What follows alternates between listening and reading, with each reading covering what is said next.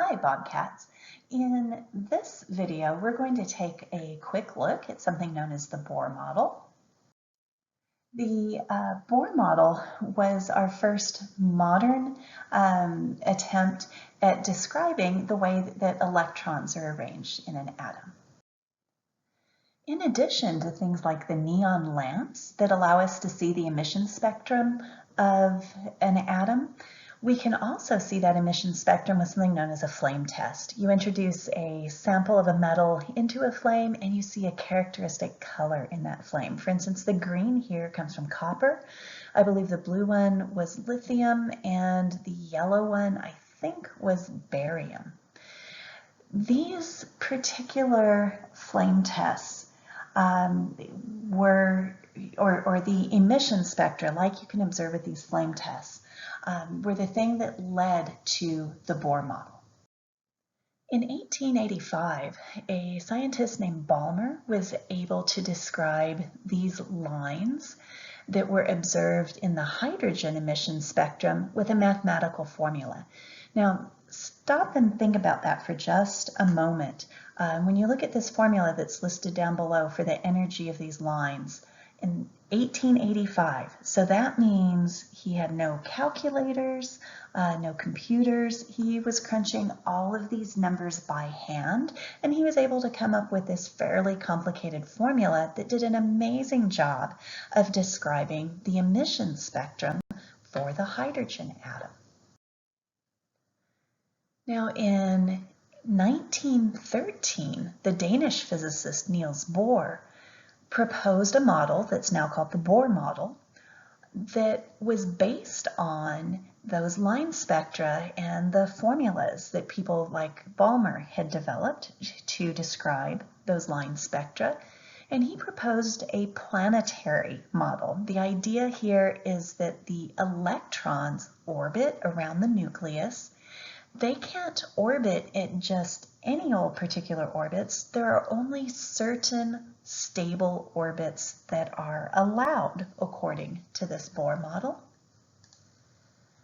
Now, Bohr said, this description of the electrons orbiting in certain stable orbits matches the data very well, but he couldn't really explain why this model works, just that it matched the experimental data. And if you think about this for a moment, this idea is contrary to the 1913 understanding of physics, because by 1913, Maxwell's equations for electricity and magnetism were very well established. And according to those ideas, a positive charge, like a nucleus, and a negative charge, like an electron, attract each other. So the electron, instead of being in a stable orbit around the nucleus, should be drawn in, say, a spiral orbit, where eventually it's attracted all the way to the nucleus. And the Bohr model says, nope, that's not what happens. The electrons just continue orbiting around the nucleus. If you'll take a look at section 8.2, figure 8.10 in your textbook, it will show you some details about the Bohr model of the atom.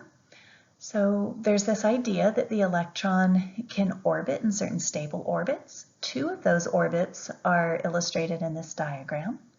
Some things to point out here: the closer an orbit is to the nucleus, the lower the energy of that orbit, and so consequently the lower the energy of the electron in that orbit. So this one right here is going to be the lower energy orbit, and then the farther away from the nucleus you get, the higher the energy will be. And then the squiggly line with the arrow over here is a fairly standard symbol for a photon of light. So a photon is that particle of light.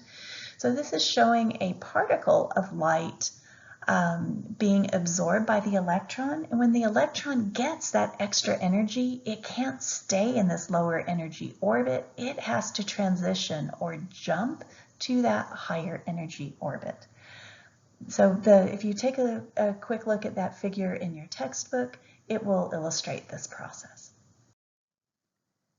This website will give you an opportunity to look at that absorption and emission process in an atom a little bit more carefully, including the associated spectra that would be generated from the absorptions and the emissions. So you might want to take a moment and go take a look at that. It does require Flash, and we are now at the point that a lot of browsers are no longer allowing Flash. But if yours still does Flash, this is a pretty cool website to play around with for a few minutes. All right, to summarize this absorption and emission process, when an atom absorbs a photon of light, the electron jumps from a lower energy orbit that's closer to the nucleus to a higher energy orbit that is farther away from the nucleus. And when an atom emits a photon, the electron jumps from a higher energy orbit that's farther away from the nucleus down to a lower energy orbit that is closer to the nucleus. So our objective for this video was to describe the Bohr model and make the connection between absorption and emission of a photon that allowed Bohr to develop this model to go along with the equations that had been developed for the observed line spectra of various elements.